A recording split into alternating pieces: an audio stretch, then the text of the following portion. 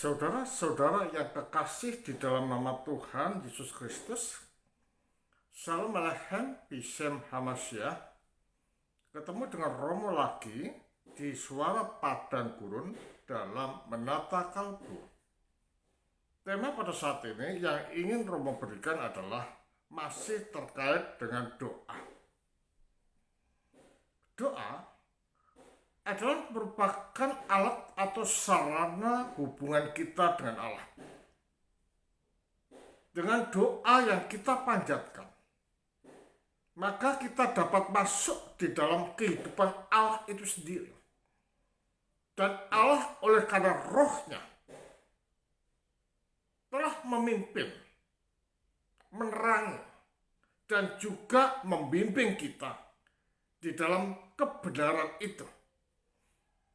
Karena itu di dalam doa, yang perlu kita tekankan adalah kerendahan hatian. Kita tidak bisa memaksa Allah untuk menuruti kehendak kita. Tetapi doa yang baik dan itu terselip dalam pikiran kita adalah jadilah kehendakmu. Artinya tidak memaksa Allah. Karena kadang doa itu tidak dijawab dan tidak langsung dijawab karena doanya salah. Karena tidak layak untuk diberikan pada saat ini dan menunggu waktu yang ditentukan oleh Allah. Jadi kalau demikian kita sama sekali tidak punya hak untuk menuntut Allah memenuhi kehendak kita. Karena Allah tahu apa yang ada di dalam kedalaman hati kita. Dan apa yang akan diberikan. Dan saat dan kapan itu diberikan. Itu Allah yang tahu. Segala sesuatu yang diberikan oleh Allah itu selalu bermanfaat bagi manusia. Jangan sampai apa yang diberikan itu untuk kesombongan, untuk kepogahan, dan untuk melawan Allah. Terkait dengan hal itu, kita mengerti ya, terkait dengan hal itu, jana suci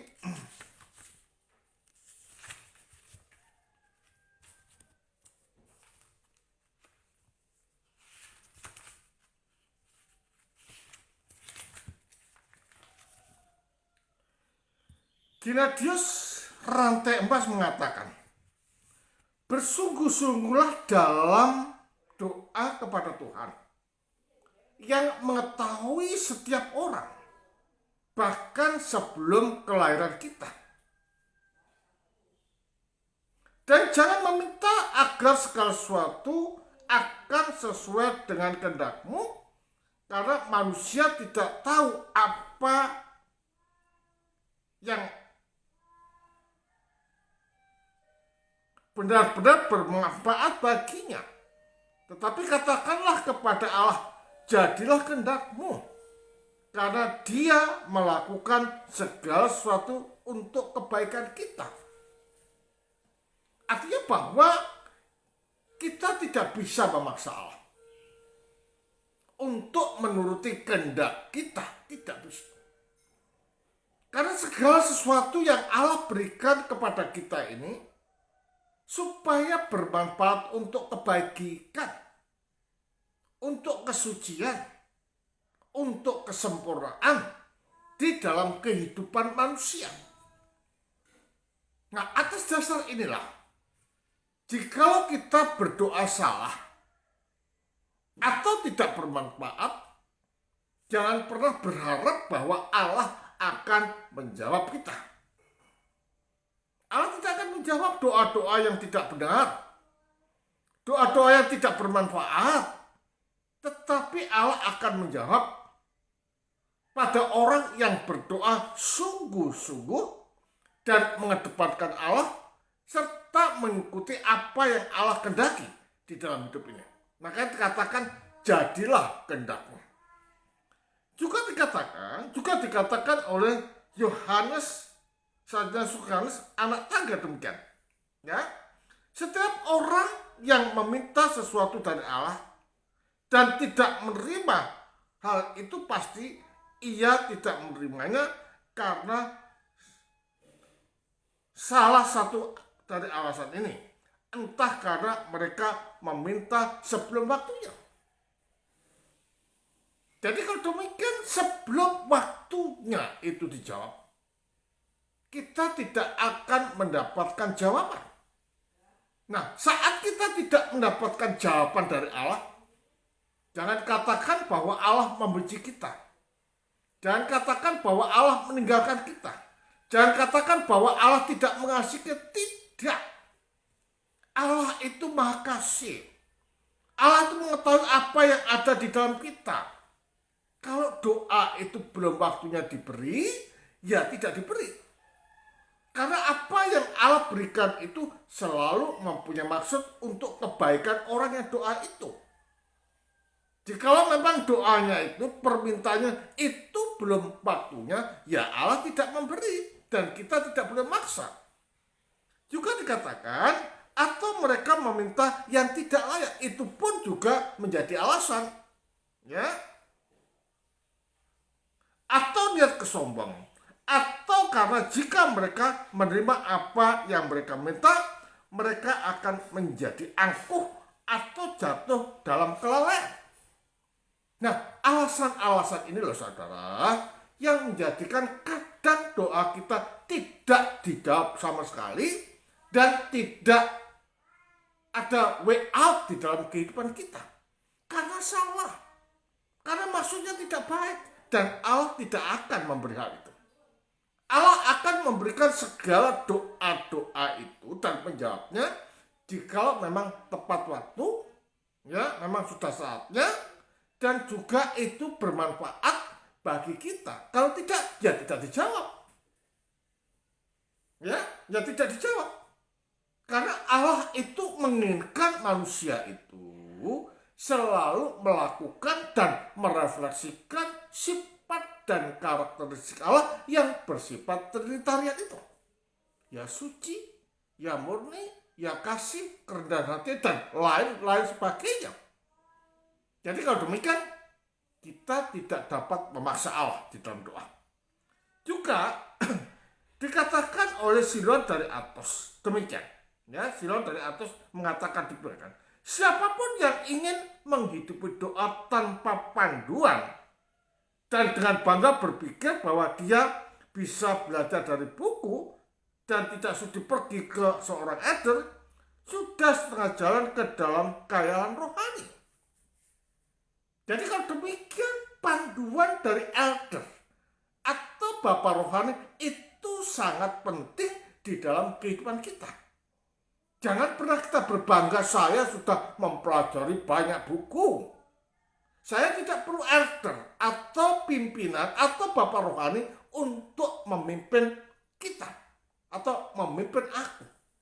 Itu adalah salah jalan atau kita jalan dalam pertengahan khayalan. Nah, di sini fungsi bapak rohani itu sangat penting di dalam doa. Supaya apa? Supaya kita ini dapat dibimbing, dapat dituntun, dapat diajar bagaimana doa yang benar di hadapan Allah. Karena tanpa bimbingan kita selalu salah. Karena apa? Karena jiwa kita ini sudah terkontaminasi dengan dosa. Jiwa kita ini kotor, saudara. Jangan pernah menganggap bahwa kita ini mampu untuk melakukan sendiri tanpa bantuan bapak rohani. Mengapa bapak rohani penting? Karena fokus daripada bapak rohani adalah tidak terikat dengan dirinya sendiri, tetapi dia tetap mengandalkan Allah di dalam hidupnya.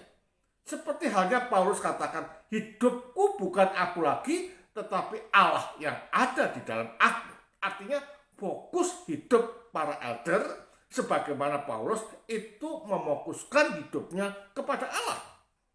Sehingga mempunyai hubungan langsung dan pengalaman langsung bergaul dengan Allah. Landasan inilah saudara yang menjadikan elder atau bapak rohani ini bisa memberikan nasihat, bisa memberikan pencerahan, dan bisa mengajar orang-orang yang ingin mencari Allah melalui doa itu. Juga dikatakan demikian, ya. Tapi Tuhan menolong mereka yang rendah hati, dan jika tidak ada pemandu yang berpengalaman. Ya memang kita bisa untuk mendapatkan pencerahan dengan Allah, tapi syaratnya tidak pongah, syaratnya tidak sombong, syaratnya tidak angkuh, tetapi syaratnya adalah humble.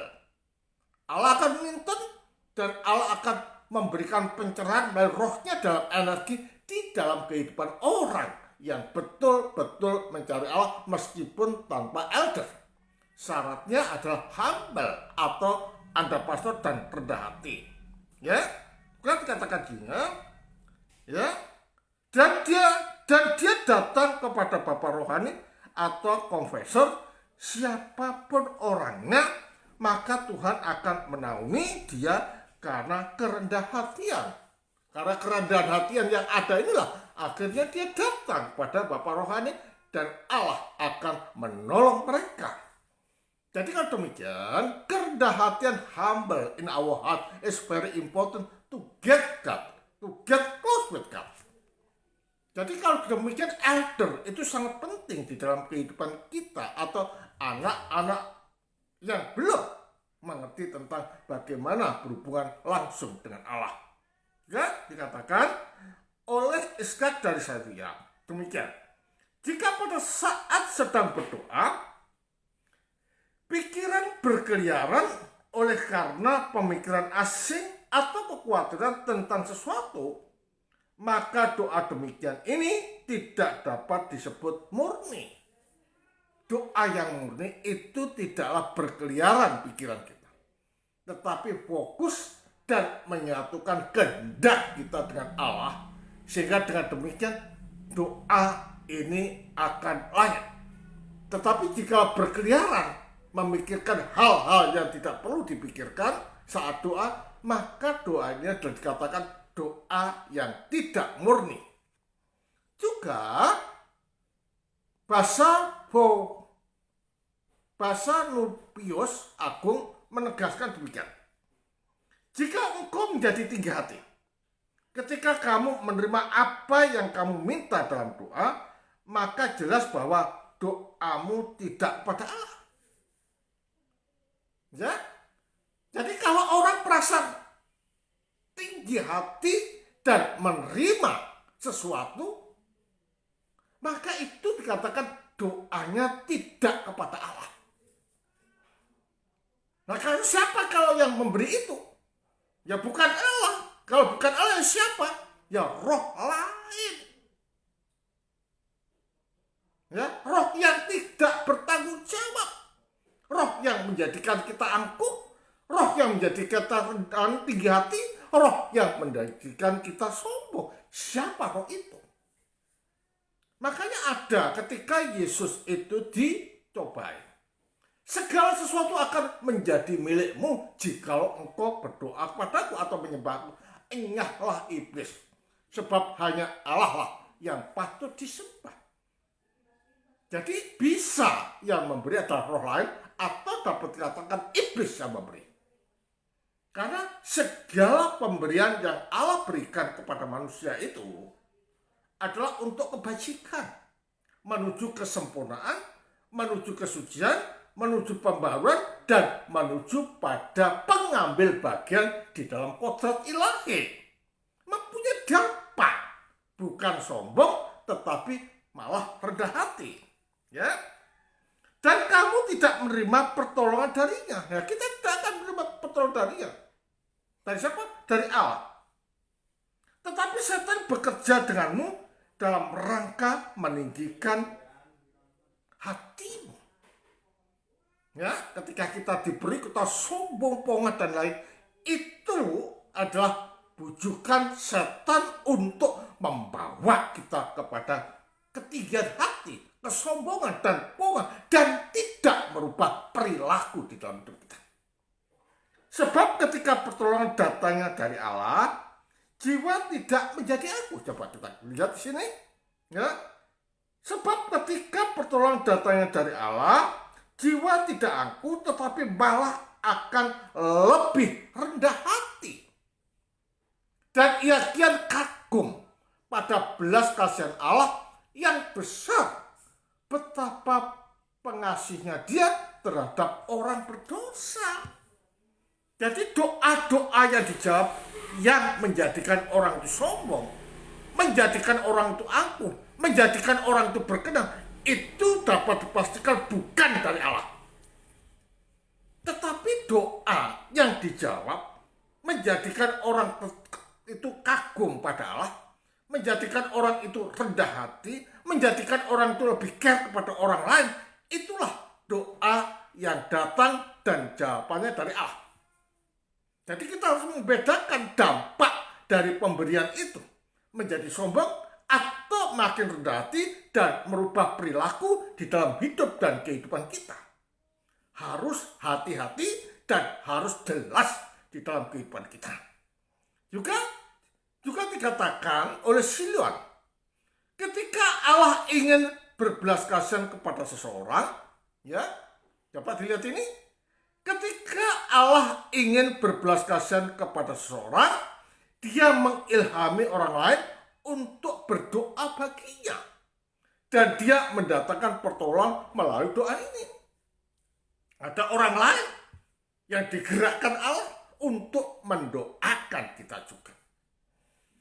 Nah, ini menunjukkan bahwa Allah itu betul-betul jika memberi bantuan pada kita, pertolongan bagi kita, itu selalu berdampak kepada perilaku, sikap, dan hidup manusia yang berdoa sungguh itu makin suci, makin baik, penuh belas kasihan, tidak mendendam, tetapi selalu merefleksikan hidup Allah di dalam kehidupan kita keseharian. Ya, juga dikatakan oleh Barsanubius Agung demikian. Pada masa penderitaan, ingatlah dan bersuruhlah kepada Tuhan untuk bermurah hati dalam doa yang tak putus. Ya, yang tak putus. Dalam keadaan apapun. Jangan pernah meninggalkan Allah, tetapi berdoalah tanpa putus. Ya, adalah penyembuhan bagi jiwa, dan itu merupakan penyembuhan bagi jiwa kita yang gundah, yang susah, yang menderita. Dengan menumpas bukan dengan hasrat keji, tetapi bahkan seperti operasi bagi jiwa. Jadi kalau demikian, penderitaan itu kadang bukan merupakan suatu siksaan, mendorong kita untuk mendekatkan pada Allah.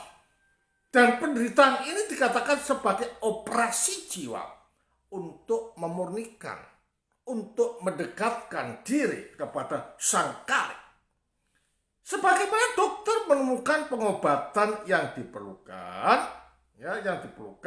dan bekerja dalam cara yang tidak dimengerti oleh orang yang sakit itu. Jadi orang ini tidak tahu bagaimana Allah bekerja, karena itu adalah merupakan rahasia Allah di dalam dirinya sendiri. Demikian pula nama Allah. Ketika engkau memanggil dengan segenap hatimu, membunuh semua hasrat keji, meskipun kita tidak tahu bagaimana hal itu terjadi. Jadi berseru kepada Allah dengan tanpa henti yang diwujudkan di dalam doa serta membunuh hasrat di dalam jiwa yang keji ini, maka Allah akan menolong kita dan kita tidak tahu bagaimana cara Allah menolong kita. Dari sini kita dapat melihat bahwa doa itu sangat penting di dalam kehidupan kita untuk senantiasa mendekatkan diri dan masuk di dalam kehendak Allah. Dengan demikian, apapun yang kita lakukan, apapun yang kita pikirkan, apapun yang kita perbuat, apapun yang menjadi kehendak kita, akan dituntun, akan dicerahi, akan diterangi, dan dibawa masuk di dalam lautan kasih ilahi. Sehingga dengan demikian doa yang jawabannya dari Allah itu dapat merubah perilaku, cara pandang kita, cara berbicara kita, hati kita, dan juga kehendak kita. Dengan demikian kehidupan kita akan layak dan dapat merefleksikan sifat dan karakteristik Allah di dalam kehidupan kita. Sehingga apapun yang kita lakukan itu betul-betul menjadi pangeran kang katon, merefleksikan Allah di dalam hidup ini. Karena itulah saudara, jangan pernah lupakan doa, tetapi berdoalah terus-menerus. Karena doa ini yang dapat memberikan kita rahmat untuk hidup sebagaimana Allah itu hidup, untuk berpikir sebagaimana Allah itu berpikir, untuk berkehendak sebagaimana Allah itu berkehendak, untuk bertindak sebagaimana Allah itu bertindak. Dengan demikian kita layak untuk dikatakan sebagai garam dunia, sebagai terang dunia, suratan Kristus yang hidup, dan juga ciptaan baru dan anak-anak Allah yang dikasihi. Nun, Tuhan memberkati kita semua. Amin.